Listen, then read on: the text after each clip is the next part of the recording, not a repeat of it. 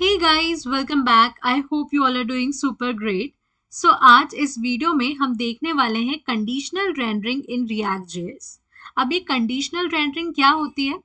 कभी कभी हमारे पास ऐसी रिक्वायरमेंट होती है जब हमें अपना HTML या फिर मैं एग्जैक्ट वर्ड में बोलूँ तो हमारा जो JSX है, जो भी हम डिस्प्ले करवा रहे हैं अपने रिएक्ट एप्लीकेशन में, वो या तो हमें डिस्प्ले करवाना होता है या तो हमें हाइड करना होता है बेस्ड ऑन सर्टेन कंडीशंस। तो इसे हम कहते हैं कंडीशनल रेंडरिंग। अब रिएक्ट जेएस में कंडीशनल रेंडरिंग अचीव करने के हमारे पास 4 तरीके होते हैं। पहला होता है हमारा इफ एल्स कंडीशन के थ्रू, सेकेंड है हमारा एलिमेंट वेरिएबल्स के थ्रू, थर्ड है हमारा टर्नरी ऑपरेटर के through and fourth one is short circuit operator के थ्रू। अब ये चारों तरीके क्या है, इसे डिटेल में समझने के लिए हम चलते हैं अपने VS कोड में एंड इन चारों का ही हम प्रैक्टिकल देखते हैं। यहाँ पर मैंने अपना VS कोड ओपन कर लिया है एंड सबसे पहले अब हम बना लेते हैं एक नई फाइल। SRC के अंदर मैं एक नई फाइल बना रही हूँ जिसका नाम हम लिख देते हैं एज वैलिडेशन .js एंड इस फाइल को हम कन्वर्ट कर लेते हैं अपने फंक्शन कंपोनेंट में। मैं यहाँ पे शॉर्टकट का यूज कर रही हूँ RFC एंड इसे हमने कन्वर्ट कर लिया है फंक्शन कंपोनेंट में। एंड सिंस हमें इस फाइल को डिस्प्ले करवाना है अपने ब्राउजर में, तो मैं इस कंपोनेंट को नॉट फाइल, अब हम इसे कंपोनेंट बोल सकते हैं। अब इस कंपोनेंट को मुझे कहाँ पर इंपोर्ट करना पड़ेगा, app.js में। तो मैं इसको यहाँ पर इंपोर्ट कर लेती हूँ एज वैलिडेशन को एंड सेव कर लेती हूँ। If you go back to our browser and हाँ, अगर अब हम यहाँ देखें तो हमें डिस्प्ले हो रहा है एज वैलिडेशन। अब हम सबसे पहले स्टार्ट करते हैं अपनी इफ एल्स कंडीशन से, जो कि आई गेस बहुत से लोग फैमिलियर होंगे, but let me give you a brief about it.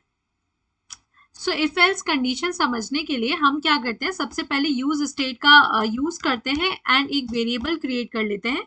तो यहाँ पे मैं लिख लेती हूँ is age valid and set is age valid equals to use state and इसकी मैं बाय डिफॉल्ट वैल्यू सेट कर देती हूँ फॉल्स।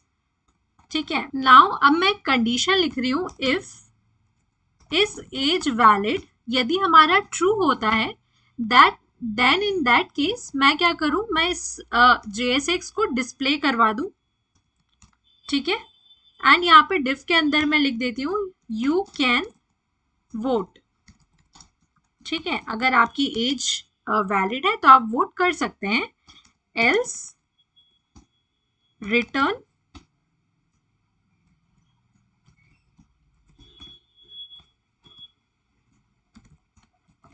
you cannot vote। ठीक है, अब मैं इसे सेव करती हूँ and if you go back to our browser, तो अब आप देखो हमें अभी क्या डिस्प्ले हो रहा है, यू कैन नॉट वोट। क्यों? क्योंकि अभी हमने इस एज वैलिड की जो वैल्यू है वो फॉल्स सेट करके रखी थी। अब मैं इसे ट्रू सेट कर देती हूँ एंड सेव करती हूँ। अब हमें क्या डिस्प्ले हो रहा है, यू कैन वोट। बट इस केस में आप लोगों ने एक चीज नोटिस की होगी, जो हमारा रिटर्न स्टेटमेंट्स है वो हमारे रिपीट हो रहे हैं। ठीक है, इफ कंडीशन के लिए भी हमें रिटर्न लिखना पड़ रहा है एंड एल्स कंडीशन के लिए भी रिटर्न लिखना पड़ रहा है। ठीक है, तो ये जो है वो बिल्कुल भी अच्छी अप्रोच नहीं मानी जाती है। इनफैक्ट जब भी आप वेब डेवलपमेंट करेंगे तो आप कभी भी इफ एल्स कंडीशंस का यूज नहीं करेंगे, ना ही आप लोगों को रिकमेंड किया जाता है कि आप लोग इस कंडीशंस का यूज करें अपने रिएक्ट जेएस प्रोजेक्ट में। एंड जहां तक बात है वेब डेवलपमेंट सीखने की, तो उसके लिए आप मेरी सारी प्लेलिस्ट एक्सेस कर सकते हैं। साथ में ही मैं आप लोगों को एक बहुत अच्छा प्लेटफॉर्म है वो रेफर कर रही हूँ। इस प्लेटफॉर्म का नाम है ओडन स्कूल। आप चाहें तो इनकी वेबसाइट को एक बार गो थ्रू कर सकते हैं and let me tell you guys why I am suggesting this website. Because यदि आप इनके वेबसाइट में देखें तो आप लोगों को दिखेगा कि रिएक्ट वेब डेवलपमेंट के बूट कैंप्स प्रोवाइड कर रहे हैं एंड साथ में ही आप इनकी सक्सेस स्टोरीज देख सकते हैं, जिससे आपको थोड़ा सा कॉन्फिडेंस मिलेगा। पहली चीज तो इस बात का कि आप लोगों को ये वेब डेवलपमेंट का कोर्स क्यों सीखना चाहिए, एंड सेकेंडली आप लोगों को थोड़ा सा और कॉन्फिडेंस मिलेगा कि आप ओडन स्कूल को क्यों रेफर कर सकते हैं। ठीक है, तो यदि आप इनकी वेबसाइट पर देखें तो आप लोगों को दिखेगा कि इनके पास 500 प्लस हायरिंग पार्टनर्स हैं एंड ये जो हायरिंग पार्टनर्स हैं वो ऐसे वैसे नहीं है, अगर आप इनकी वेबसाइट में थोड़ा सा स्क्रॉल करेंगे तो आप लोगों को दिखेगा कि ये जो हायरिंग पार्टनर्स है वो काफ़ी बड़ी बड़ी कंपनीज हैं, काफ़ी एमएनसीज हैं, बिग फोर्स हैं, ठीक है। So and apart from this, ये जो रिएक्ट वेब डेवलपमेंट का बूट कैंप है ये आपको प्रोवाइड करे 50,000 प्लस जीएसटी में। बट गुड न्यूज इज ये आपको स्कॉलरशिप भी प्रोवाइड करे अप टू 15,000 रुपीज, एंड साथ में ही आपको ईएमआई का ऑप्शन दे रहे हैं जिसे आप 3 इंस्टॉलमेंट्स में पे कर सकते हैं। सो पेमेंट फ्लेक्सिबिलिटी बहुत है इसमें। इनफैक्ट इनका ये जो ड्यूरेशन होगा पूरा बूट कैंप का वो होगा 3 मंथ्स का। इट मीन्स आप 3 मंथ्स में रिएक्ट वेब डेवलपमेंट पूरा अच्छे तरीके से सीख सकते हैं। एंड साथ में इनका जो नेक्स्ट बैच स्टार्ट हो रहा है वो हो रहा है 30 दिसंबर 2023 को।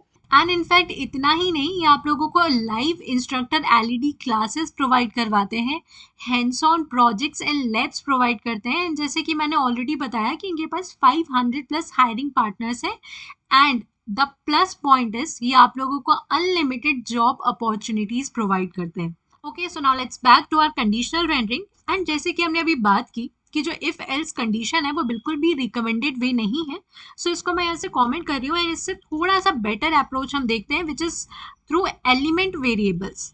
अब इसका क्या मतलब है? इसका मतलब ये होता है कि जो भी हमें रेंडर करवाना है JSX, उस JSX को हम स्टोर करके रख लेते हैं एक वेरिएबल्स में, ठीक है। फॉर एग्जाम्पल अभी हमारे पास अगर कंडीशन है इफ इज एज वैलिड, अगर ट्रू होता है, ठीक है, तो इस केस में हम क्या कर सकते हैं, इस केस में जो भी JSX हमें डिस्प्ले करवाना है, जो भी JSX हमें रेंडर करवाना है, वो हम एक वेरिएबल में स्टोर करवा सकते हैं। तो उसके लिए मुझे एक वेरिएबल क्रिएट करना पड़ेगा। सो यहाँ पे मैं डाल देती हूँ लेट एज, ठीक है। आप वेरिएबल का नाम कुछ भी लिख सकते हैं, इट्स अप टू यू। सो यहाँ पर हम क्या करेंगे, एज में अपना JSX जो है वो स्टोर करवा देंगे डिफ। इनफैक्ट मैं यहाँ से कॉपी कर लेती हूँ, यू कैन वोट, यहाँ से मैं इसे पेस्ट कर देती हूँ। एंड यदि मेरी कंडीशन फॉल्स होती है, सो इन दैट केस मुझे क्या डिस्प्ले करवाना है, सो उसे मैं एज में यहाँ पर स्टोर करवा दूंगी।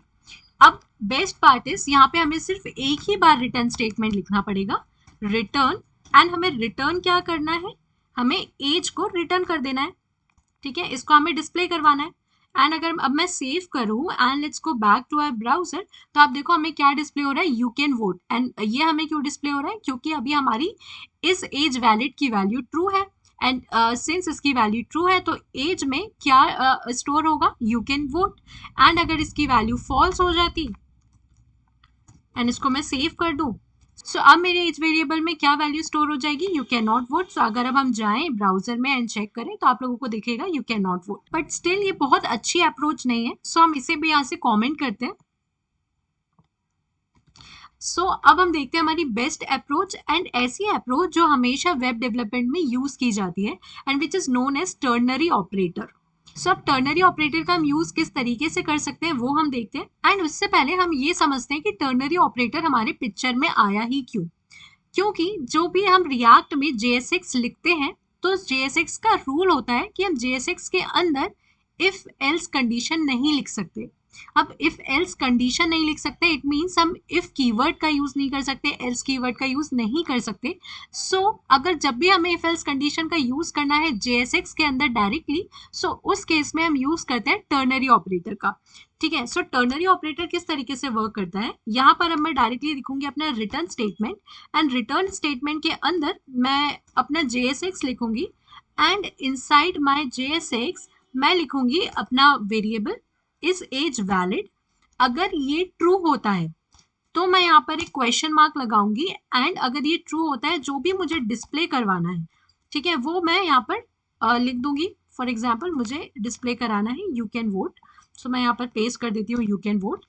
एल्स मुझे क्या डिस्प्ले करवाना है, यू कैन नॉट वोट, तो मैं इसको यहाँ से कॉपी करती हूँ एंड मैं इसको यहाँ पर पेस्ट करती हूँ एंड इसको मैं सेव करती हूँ, ठीक है। सो हमने ये जितनी भी चीजें देखो, इफ एल्स कंडीशन में हमने लिखा था इतने लाइन का कोड, ठीक है। उसके बाद हमने एलिमेंट वेरिएबल लिखा, उसमें भी हमने काफी ज्यादा कोड लिखा।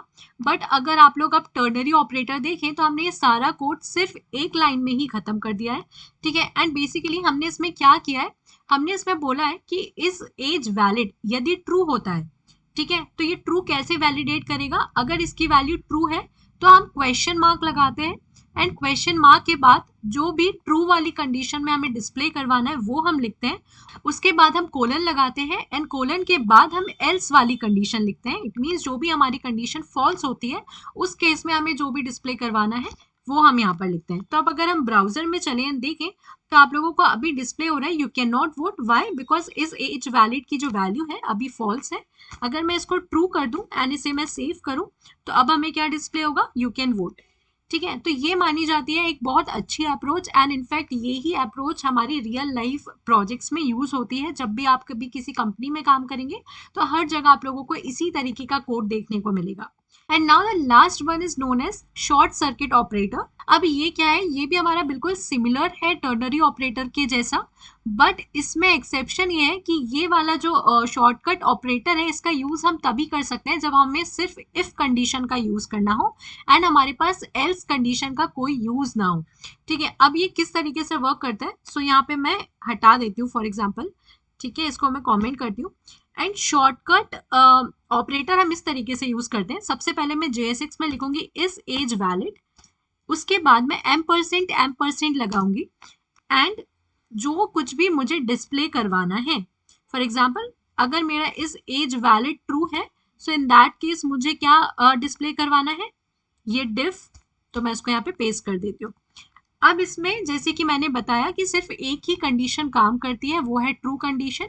इसमें एल्स हम नहीं लिख सकते हैं। सो कभी भी हमारे पास ऐसी चीज होती है, जब कभी भी हमारे पास ऐसी रिक्वायरमेंट होती है कि हमें अपनी एप्लीकेशन में सिर्फ ट्रू वाली कंडीशन को डिस्प्ले करवाना है, यदि आपकी कंडीशन ट्रू होती है तो आप ये डिस्प्ले करवाओ, और अगर फॉल्स होती है आपको कुछ नहीं डिस्प्ले करवाना है, सो इन दैट केस ये रिकमेंड किया जाता है कि आप शॉर्ट सर्किट ऑपरेटर का यूज करें।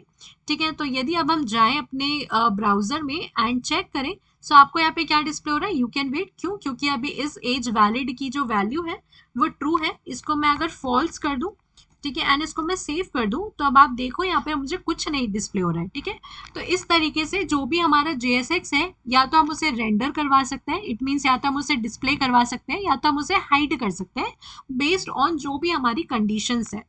सो आई गेस आप लोगों को कंडीशनल रेंडरिंग समझ आई होगी। बहुत सिंपल सा टॉपिक था लेकिन ये बहुत इफेक्टिव टॉपिक है। So I guess that is all for this video guys. मिलते हैं नेक्स्ट वीडियो में, बट बिफोर लिविंग यदि आप इस चैनल पर नए हैं तो please subscribe to my channel and also यदि आप इस चैनल से थोड़ा भी कुछ सीख रहे हैं तो please like the video and also comment your genuine feedback.